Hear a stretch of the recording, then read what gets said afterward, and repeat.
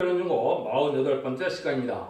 오늘 스가랴 4장을 통하여 사명제의 역사에 대해서, 순금등대에 대해서, 두 감람나무에 대해서, 금기름에 대해서 변론해 보도록 하겠습니다. 본장은 무서운 증거가 시련을 받고 종말에 남은 개와 남은 백성이 될 때 하나님이 새로운 제단을 통하여 역사할 것을 보여줬습니다. 오메가 역사라고 볼 수가 있는데요. 그래서 순금등대 제단이라는 이런 역사를 말씀했는데, 이건 여러분이 아시는 것처럼 솔로몬 성전이 다 황폐가 돼서 이제는 새로운 스룹바벨 성전을 이제 건축한 사실이 있는데요. 그 사실을 이제 여기에 말씀한 겁니다. 그래서 스룹바벨 성전이 새로 지어진 것처럼 순금등대 제단이 인간 종말에 다시 제단이 생겨서 거기에 7명의 완전 역사로 변화성대 역사가 일어날 것을 말씀합니다. 그래서 이것은 알기 어려운 내용이긴 하지만 이제 변화성대의 역사를 성경대로 보면 하박국 3장이나 여기 이제 스가랴 4장이나 계시록 7장, 계시록 10장, 계시록 11장은 변화성대 역사를 다 말씀한 겁니다. 변화성대는 입맞은 십자만 4,000명의 말세 사명자를 말씀했는데요. 그 사명자들이 어떻게 일어나서 어떠한 능력과 권세로 어떻게 끝을 맺는 역사를 하게 하느냐, 이것이 인간 영혼의 요체라고 볼 수 있는데 그 일들을 여기 또한 말씀한 겁니다.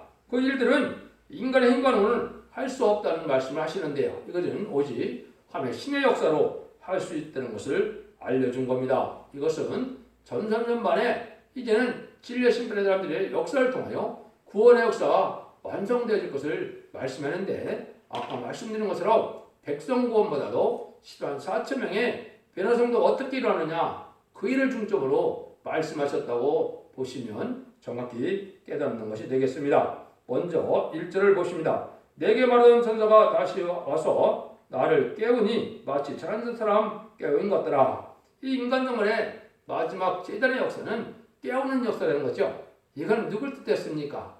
잠든 영혼을 깨우친다. 이것은 예수를 알지 못하는 자들이 아니고 예수를 알긴 아는데 때를 몰라 잠들었다. 지금이 어느 때인지 모른다. 제레미주가 올 때를 알지 못하고 또 진리의 심판날이 올 때를 알지 못하고 신앙 준비하는 것을 알지 못하는 영혼들을 깨우치는 역사를 하는 것이다. 그렇기 때문에 이 순금대 제단의 역사는 또 영계가 높은 하나님의 강권적인 역사라는 것을 우리가 알 수가 있습니다.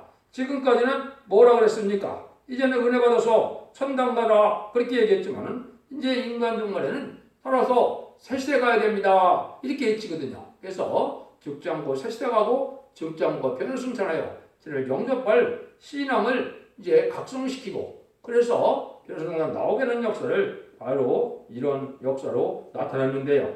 2절에 보시면 그가 내게 묻되 내가 무엇을 보느냐, 내가 대답하되 내가 보니 순금등대가 있는데 그 꼭대기에 주발 같은 것이 있고 그 등대에 7 등잔이 있으며 그 등대 꼭대기 등잔에는 7관이 있고, 인간 종말에 남은 교회의 역사를 뜻했는데요.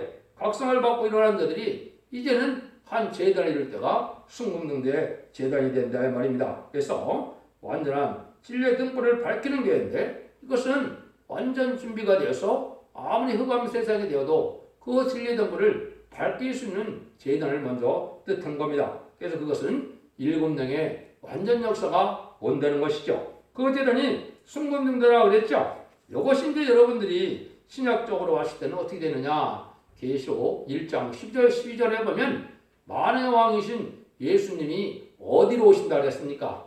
7 금숫대 사이에 다시는다 그렇게 얘기했거든요. 그래서 계시록 1장 20절에 보면 예수님이 또 뭐라 그럽니까? 7 금숫대에 비밀이 있고 7 별에 7별에 비밀이 있다 말씀하셨죠.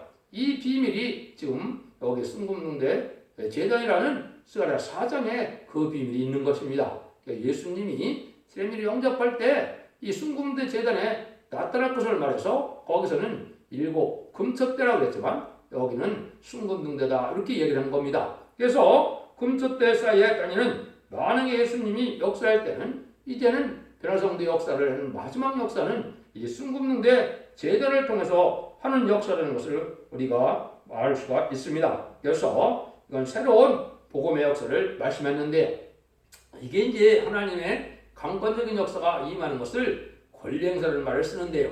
그게 이제 알파적인 역사를 우리가 살펴보면 그게 무슨 말인지를 알게 됩니다.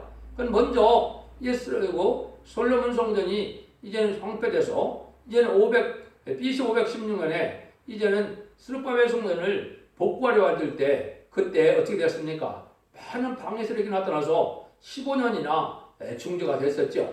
그래서 아닥사스다 왕이 이제 그 사적을 조사하고 다리오 왕 2년에 그걸 명령을 내렸죠.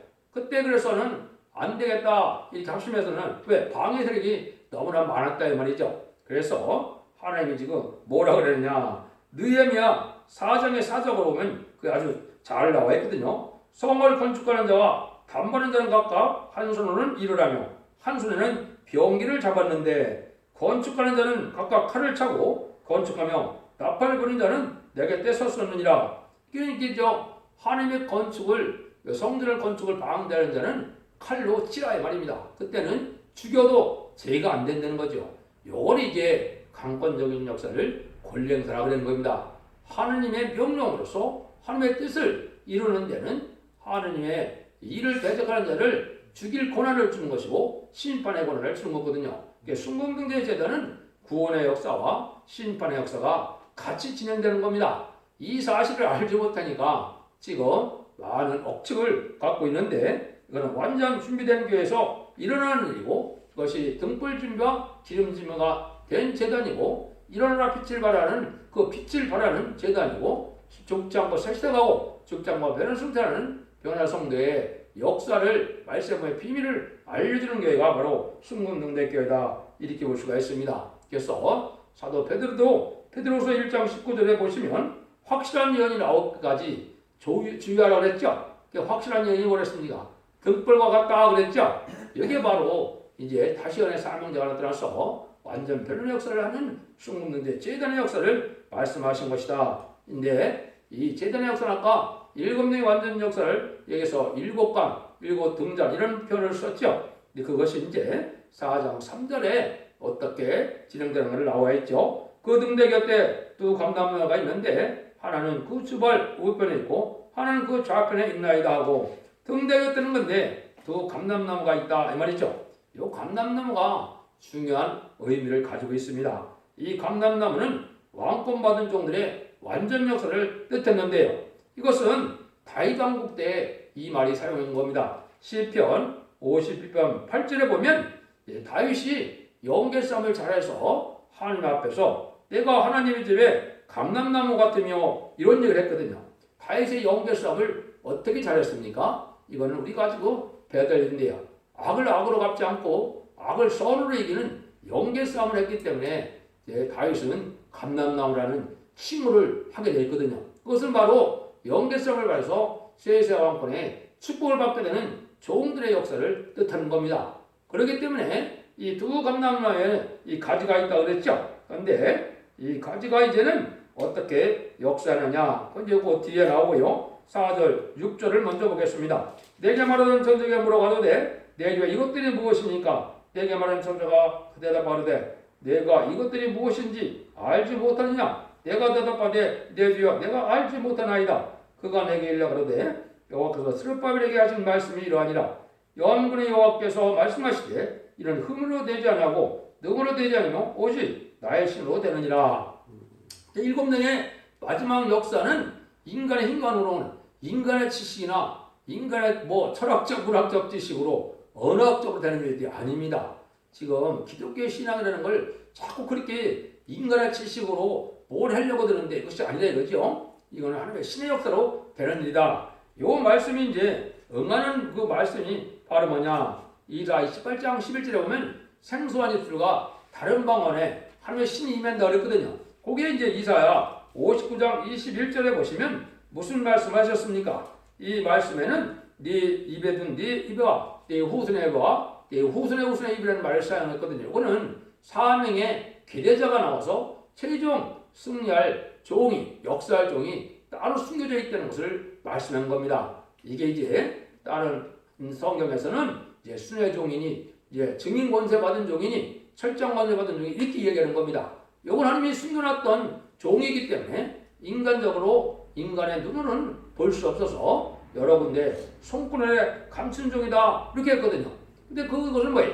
입의 신임에서 변론하게 함으로 변론 권세가 나가는 종이라 이 말이거든요. 그래서 전삼전만에 변론 권세의 역사에서 진리의 심판의 다림줄의 역사를 진행할 종을 얘기한 겁니다. 그러니까 이것이 어떻게 보면 이제 비밀 중에 비밀이다 이렇게 볼 수가 있는 거죠.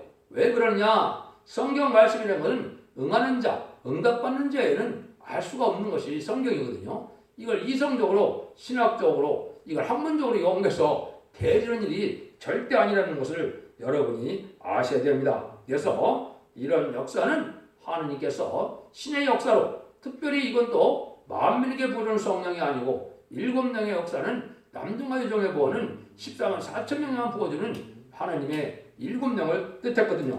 보호자표 7명을 뜻했는데 그런 역사가 이때 이루어진다 이 말입니다. 그래서 아까 말씀드린 것처럼 이 순근동대의 역사는 구원의 역사만 진행되는 게 아니라 심판의 역사도 진행됩니다. 그래서 전삼전만의 역사가 구원의 역사를 하면은 후상전만은 환란 재앙 심판밖에 안 남거든요.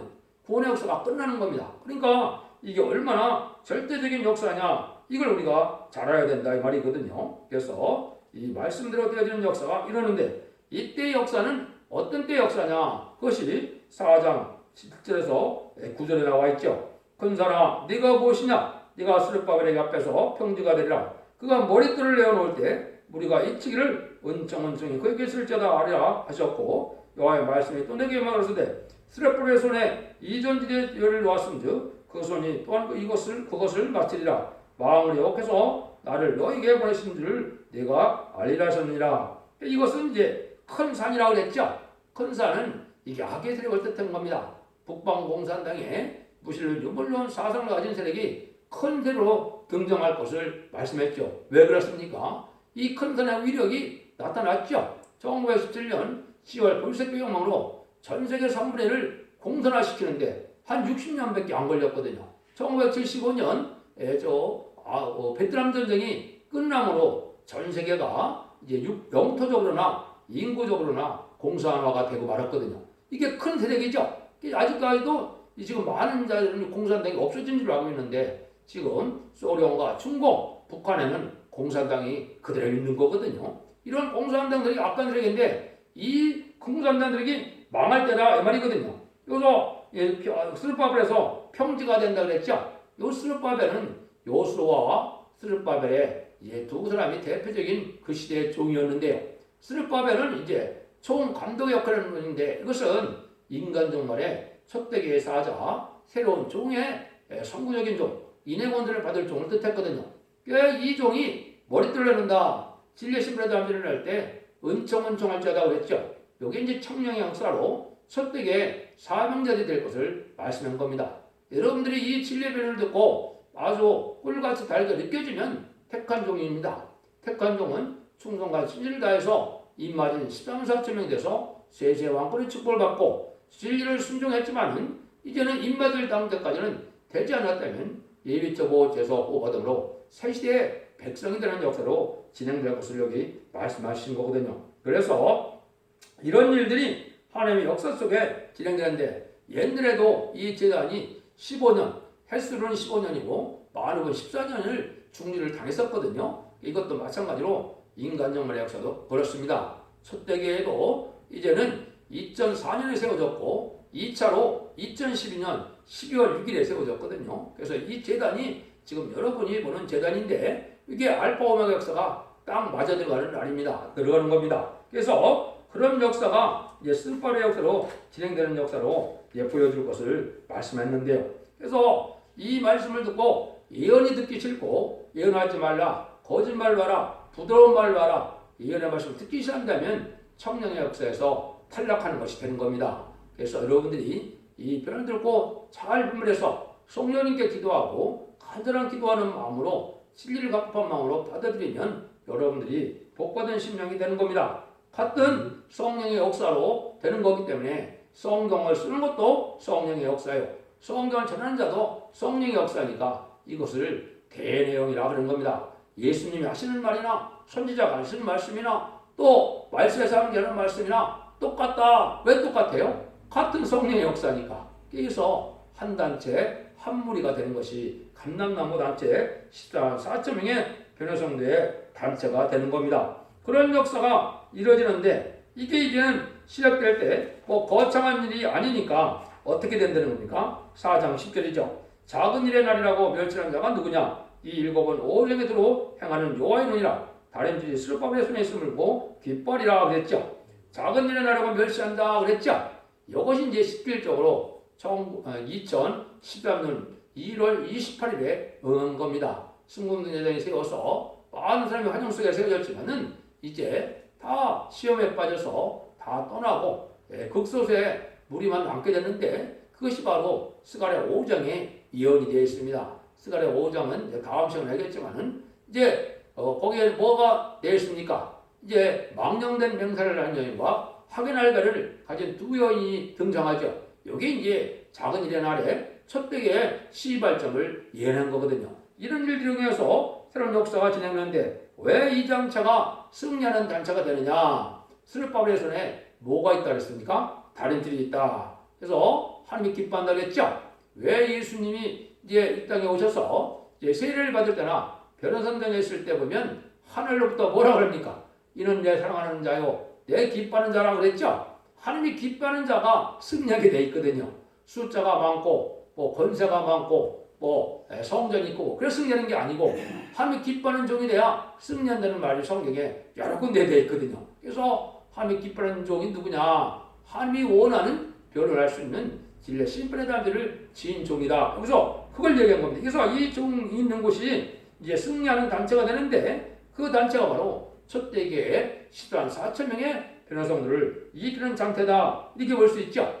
이게 이제 알파적인 역사는 어떻게 되어 있었느냐? 옛날에도 이때 4명이 이제 주로 주축이 됐고 또 다니엘과 세 친구처럼 바벨론에서 아주 신앙의 절개를 잘 지켰던 사람이 그런 4명이었던 것으로 또 예수님의 십자가 밑에까지 간 자들도 사도 요한을 비롯해서 여인 3명에서 4사람이죠. 그래서 하나님이 이제 이것이 스가랴 4장에서는 뭐라고 그런다 그랬어요? 네 공장이라고 되어 있는데 영어는 카펜터스니까 이거는 목수거든요. 왕국 건설 사명자의 말입니다. 이런 선구적인 역사와 선구적인 역사가 등장할 것을 얘기하거든요.